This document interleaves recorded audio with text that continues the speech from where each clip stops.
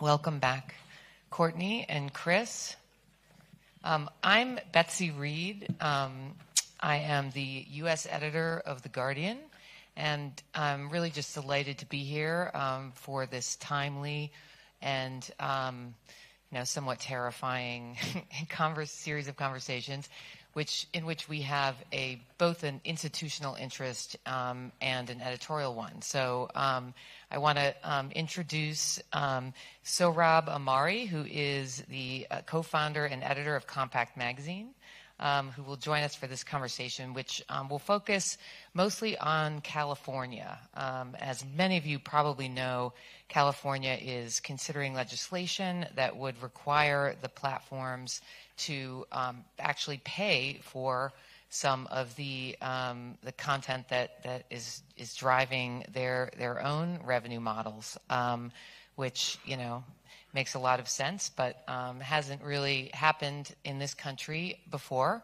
And already Google has taken what many regard as an extreme step of blocking some news sites in California, and it's threatening to go even farther than that, which is, of course, concerning to us at The Guardian, given the extent to which we have skin in the game in terms of our traffic and revenue, but also obviously concerning to everyone who cares about a healthy, functioning democracy. So I think we have a great panel here to delve into these questions. And I'd like to start with Chris. Being at the LA Times, you're sort of near the epicenter of what's happening in California. And maybe you could just walk us through how you've chosen to respond, both strategically in terms of your own work and on a public policy level to this legislation and Google's response to it. Yeah, well, we've been advocates for the legislation that's been percolating in the State House for, I don't know, a year or so, both an assembly bill that would require the digital platforms to compensate news organizations for our content. That has passed the California Assembly, this week passed the Senate Judiciary Committee. It's expected to pass the full floor of the Senate. There's an additional piece of legislation also in California that I think is relevant to this conversation today, that is deemed a data extraction tax, not a tax on the taxpayers in California, but a tax on the companies based on their use of information and tied to their ad revenue. Whether or not, I think it's unlikely both bills will go forward, but maximum pressure is likely to be applied on the platforms in their home state of California. So I think that's good. What we can do to respond, the threat is undemocratic, that you would remove. We don't write legislation. We don't really lobby. We cover public officials. We've met with public officials. We're supportive on the business side of our organization that I run.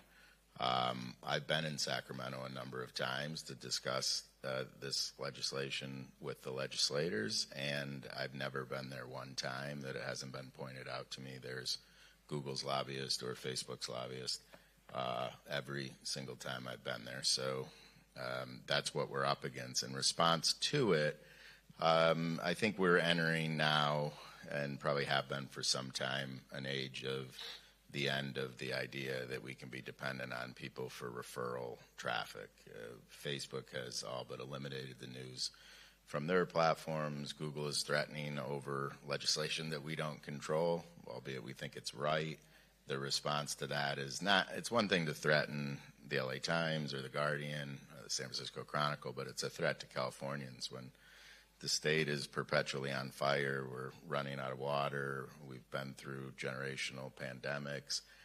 Whatever it may be, the threat is on the people of the state of California to not be able to get important information. And it's just evidence, again, of one of the disconnects between the news industry, that if we were a normal commercial business, we would have done something like during COVID, said, to Google, we're not going to put that very important content up on search until you negotiate with us. Not only wouldn't we do that, it wouldn't be a consideration in our organization, at The Guardian, or anywhere else. And I don't think that's totally understood, that we do operate as a quasi-public trust, take it very seriously, but without commercial leverage the way a film studio or music label would have. So when I say the end of the age of referrals, we're going to have to figure out how to generate more audience organically without being as dependent on Google search, because it's clear they're willing to do what they need to do in their mind to serve nothing but a commercial interest. So we got to get our own audience now and do that in a variety of different ways. But we can't keep depending on these platforms. Yeah, I think that is the refrain that I hear from everybody basically in our business. Sarah, going to you. You run a small conservative publisher. Really conservative. Okay, sorry, I was. Well, so there is a lot of discussion of whether there's some sort of ideological bias on the part of the platform. So I'd be interested in your thoughts on that. But just more generally, like how do you think about your vulnerability when it comes to major platforms? Yeah, well, thank you to Barry and everyone at Open Markets for having me, and Betsy for moderating. I only say we're not conservative because we also publish like Slavoj Žižek, and a lot of Marxists. But I've actually been on the business end of big tech censorship at two kinds of organization. Now at Compact, which makes me a sort of a small businessman with my co-partner, with my partner in the business, but also I used to be the op editor of the New York Post, and I was the op editor of the New York Post at a very sensitive moment. It was during the pandemic and then the 2020 election. And I know John said, I want to tell a story because I have a Southern accent. Unfortunately, I don't have a Southern accent, but I'm going to tell a story anyway, which is, when I was at the op-ed page before the kind of Hunter laptop event, in February 2020, I published an op-ed by a guy named Steve Mosher. He's a kind of China hawk who wrote an op-ed not saying that the novel coronavirus had originated in China via a lab leak or what have you. He merely said, hey, by the way, there is this virology lab in Wuhan. And, given the nature of the Chinese regime being what it is, we may not want to take their word for it. And of course, Facebook censored that. In other words, you couldn't share it. And later on, we learned that, there's this kind of expert body of people who decide whether or not such stories should be shared. And on that board was a woman herself, like a virologist or a public health expert, who had, who worked with the Wuhan Institute. So her note shooting down our story was, well, I work with these people. Of course, they would have the highest standards of, safety. Of course, now we know that it's at least contested, and the U.S. intelligence apparatus itself was divided over whether it was a lab leak or not. And then came, the Hunter story, which is much more a well-known thing, and 50 former intelligence officials called it Russian disinformation. Facebook and Twitter both suppressed the story, and much of the mainstream media cheered that. So I say all this because given that, you might think that Twitter, or whatever it's called now, now that it's under Elon Musk's regime, might be a source of cheer for me. That it's like, okay, well, here we go. The people who did that at Twitter are no longer in charge. But in fact, the conclusion I've drawn from that experience, and now my experience trying to share my stories at Compact, which has gotten much harder to do, deliberately on Elon Musk's part, Zuck's part, etc. The lesson I took away from all that is that oligarchs are bad, and that we shouldn't want oligarchs to control what people read, see, and think, regardless of their ideology. And regardless of their methods of suppression, right? So the old regime at Twitter was more Soviet. The new one is a sort of like a kind of prince autocrat, who has his own favorites, and sort of some of the minor lords get, benefices, and others are defenestrated. So I think that, and I'll wrap up here, I promise, but that the real issue is the imbalance in power between, on the one hand, consumers of the news is a market power issue, and the platforms, and the producers of the news, people like Chris and myself and Betsy. That's the issue that we should try to solve, and it can be solved in a bipartisan way. It's a policy fix. It's a difficult one. I'm all for the California model, the Australia model, Section 230 reform. I'm a kitchen sink guy as far as what it would take, and of course antitrust, to try to build up countervailing power on other sides of on the other side of the market, or the other sides of the market, I should say. I'm all for that. But the way to do that and the thing to get over are to notice the ways in which these kind of highly charged issues that divide left and right are used as sops to both sides, right? So disinformation, I think, is often a sop given to the center left.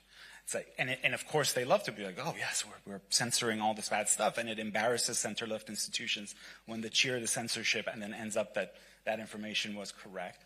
And to the center right, of course, it's like Elon saying, look, your freaky racists are back on Twitter. But the fundamental imbalance in power between the consumer in terms of how their experience is algorithmically structured has not changed, and the imbalance of power between producers of legitimate news, whatever their worldview, has also not shifted. So I think we should be wary of both of those kind of terms and focus on market power as the kind of central dimension of reform. Thank you. Thank you. That was an excellent way of framing it. Courtney, I want to turn to you. Well, I would just be interested in your thoughts about the California approach, and do you regard it as a good model that should be followed elsewhere? And also, given how it's played out politically there, are there lessons that we should take? I mean, looking at how Google has responded, are you seeing other states contemplating something similar? Yeah, thanks so much for the question. And actually, we have a slide showing just how popular this type of legislation is around the world. I mentioned on another panel these news media bargaining codes, this type of legislation. And the California legislation is really interesting because they're really trying to get it right. They're trying to balance the interests of news publishers and the journalists who work for them, recognizing the importance of human labor. I think that's become especially important, and of course, the role of AI. And figuring out how to do that balance, given that you have extraordinary amount of pressure being brought by Google. You called it blocking. Other terms have been used, but I think we should call it what it is. It's censorship. They are censoring the news.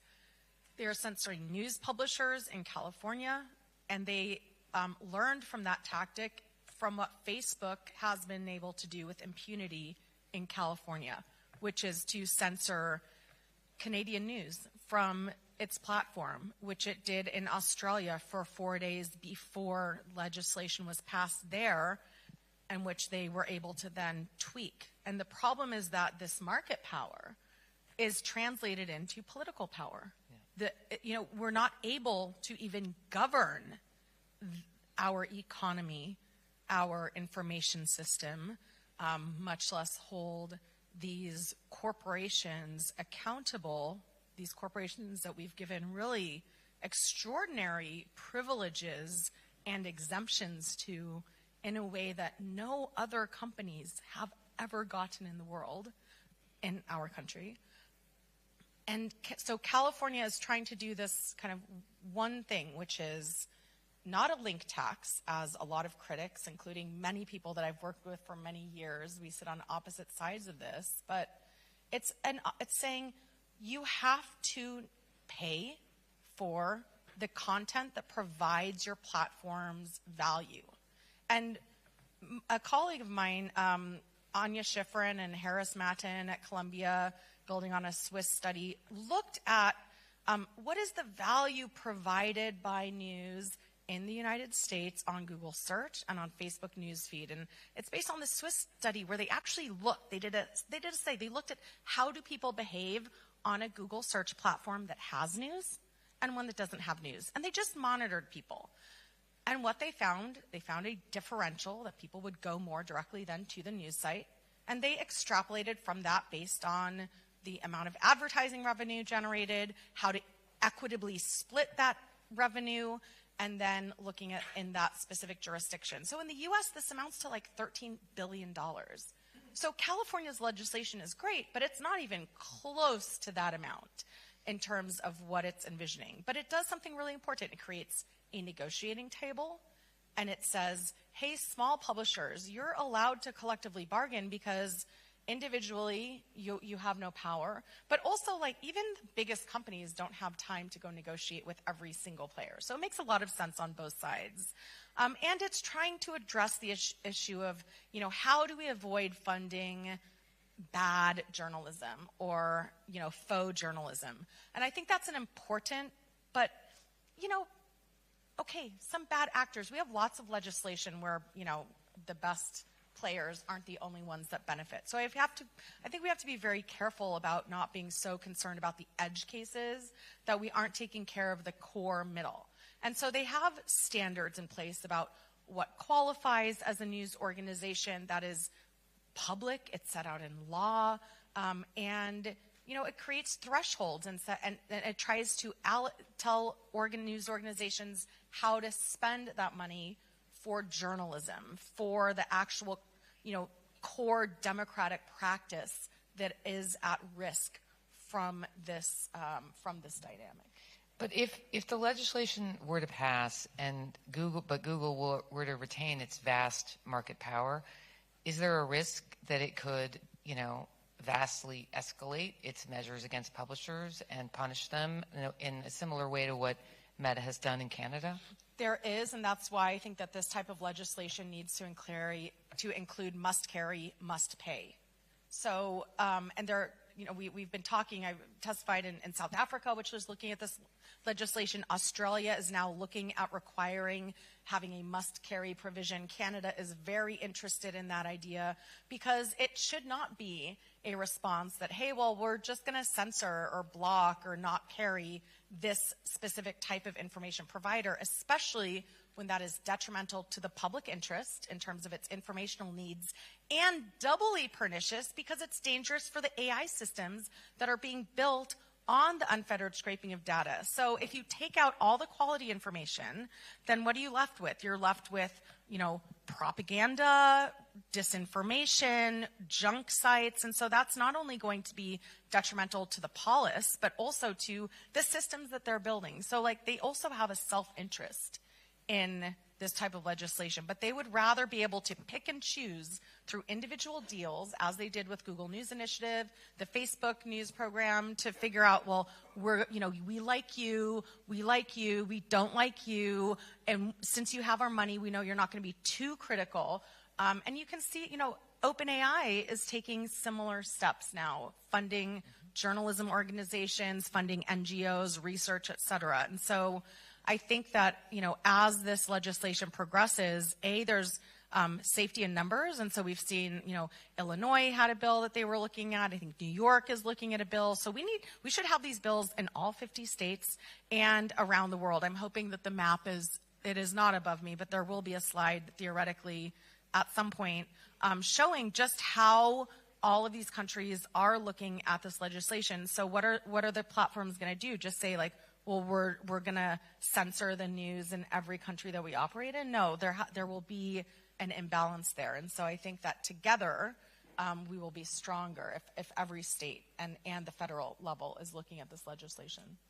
I mean, I wonder if that kind of provision you just described could, just circle back to your point, Saurabh, that could preclude Google and other platforms discriminating and making these judgments, these value judgments. Have you looked at, public policy measures that could help address that, what you described happening when you were at the Post? Oh, absolutely. I mean, I think that, first of all, a great deal of self-censorship happens, right? When you're a news organization and one of your stories is flagged and it's an unjust decision and that what you're putting out is not disinformation. the decision whether or not to fight it in the newsroom is interesting. It's often like, well, we got to pick our battles, because if we piss them off too much, we'll get in trouble with them more later. I mean, it sounds like domestic abuse. It's the abused partner's internal thinking. Like, what if I say something and Zuckerberg doesn't like it?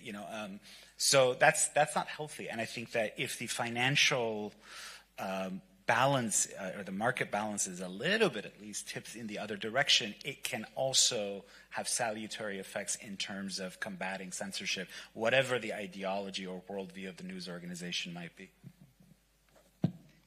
So I just wanted to turn to each of you, given when we're talking about this somewhat promising development in California amid a rather bleak, national landscape. What are your reasons for hope in terms of the evolving relationship between the news industry and the platforms? If you want to frame it in those terms at all. Chris, you might not, given the nature of your comments before, but. Yeah. Why don't we start with you? What do you see as No, hopeful? I think on this specific topic there is reason for optimism. I mean, I've run other businesses that I still remember the date, September 27, 2011, where one of our businesses was instantaneously multi-$100-million business wiped out in totality by a Google search update, never to recover. Those were good conversations with the board of directors that day. Nobody cared. There was some news stories, there's SEO blogs, whatever, but we were totally on our own. And that happens every couple years. They make these large search updates. I mean, this is the first time in my career where there has been any activity on this front. From the Department of Justice, I encourage everybody to read the ad tech complaint that is going to trial here in September. So there's antitrust activity. There is activity in California. There has been at the federal level as well, around the world. AI is getting a lot of attention. I think it's uncommon for our industry to be in litigation of their own with these large, so I would applaud the New York Times efforts and others on that front. So that's a reason to be optimistic, is that we seem to at least have entered the fight. Yeah.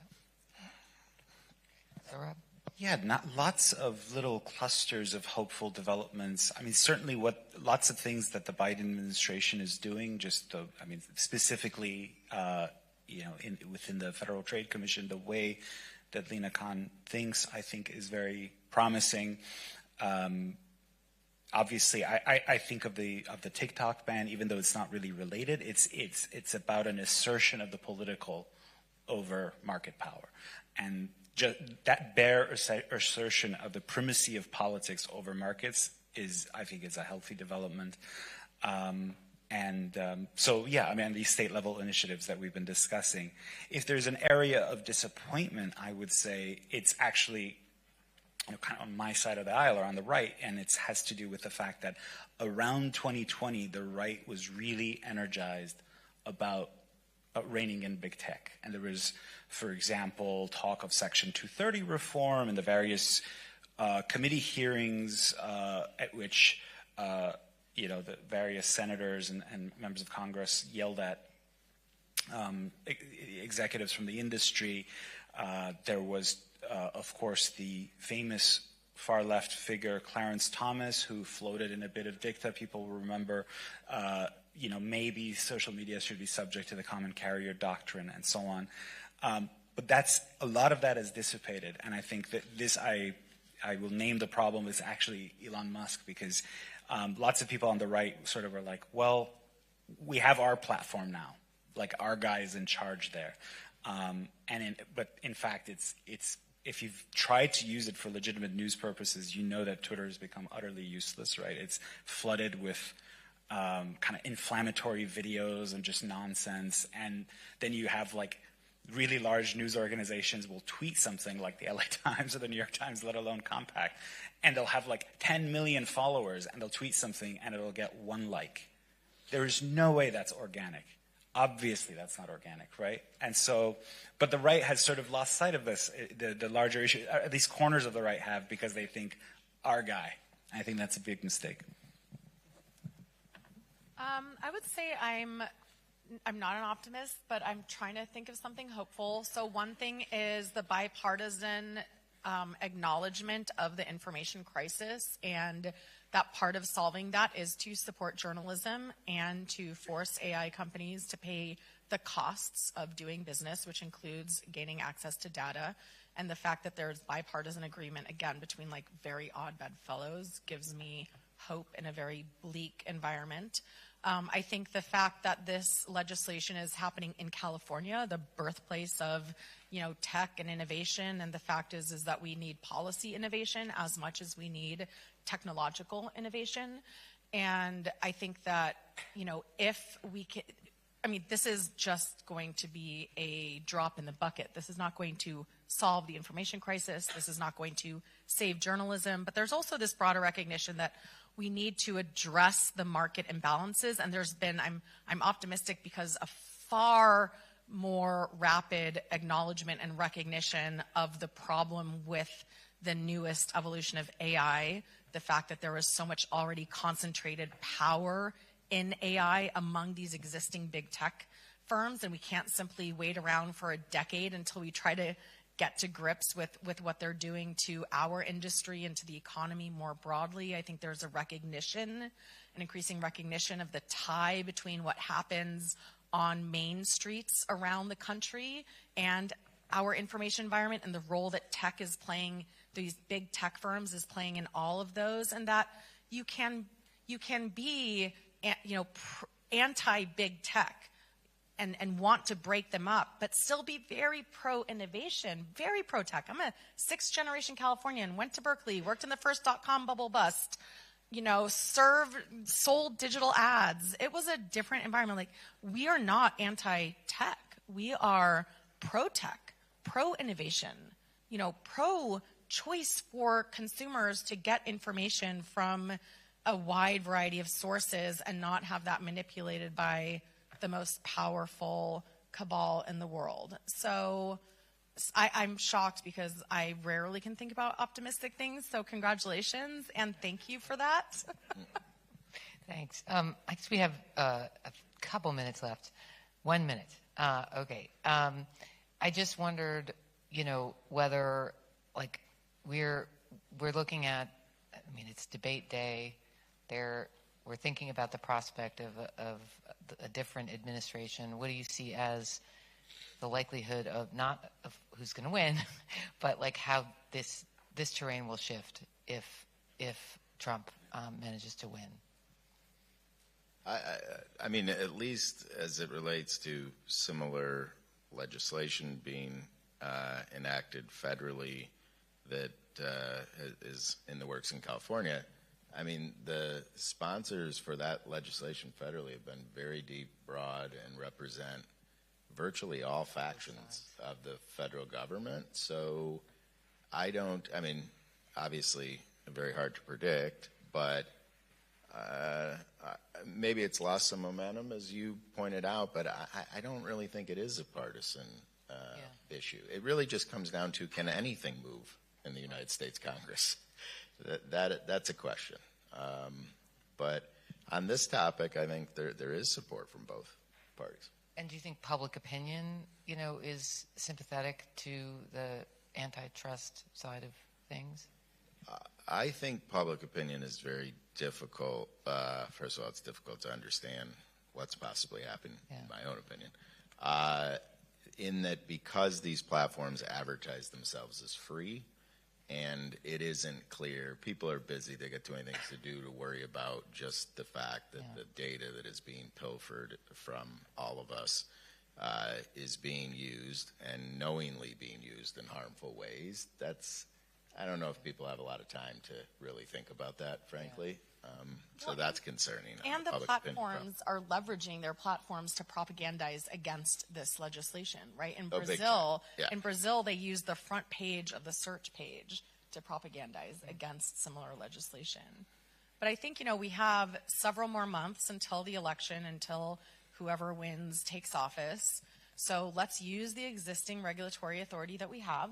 Let's use it. We have several. We just heard, from the Attorney General, the Assistant Attorney General, from the FCC chair. Like, we have a lot of existing regulatory authority that we need to use, and we have this bipartisan legislation. And I think that it's hard for people to understand just how detrimental this concentration of power is and how much we're losing our freedom and liberty. But it does seem to me like the AI issues and the constant reporting about all of the negative impacts of rolling out generative AI applications without without proper safeguards and thinking about the implications, like, people are concerned about that. So maybe there's a little bit of hope for public opinion. Great. All right. Well, listen, on that note, thank you all. Thank you.